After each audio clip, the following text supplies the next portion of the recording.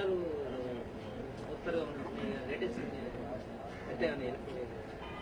రెండు రోజులుగా వర్షాలు బాగానే పడుతున్నాయి.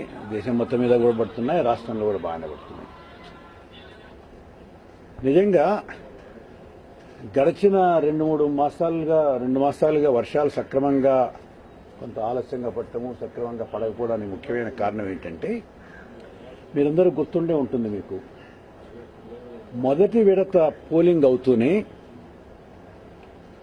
తెలుగుదేశం వారి మిత్రపక్షాల్లో విపరీతమైన హైప్ క్రియేట్ చేశారు.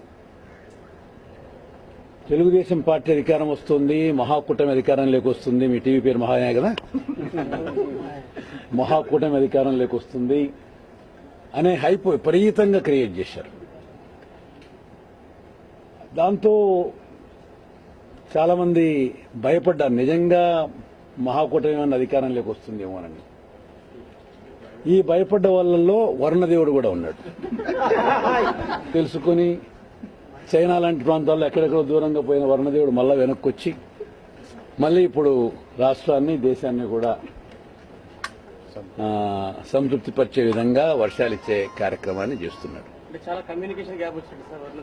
ఏం చేస్తారండి, అందరూ ఎట్లయితే ప్రజలందరూ భయపడ్డారో ఆ విధంగా వరుణదేవుడు మరింత ఎక్కువ భయపడ్డారు. Thank you.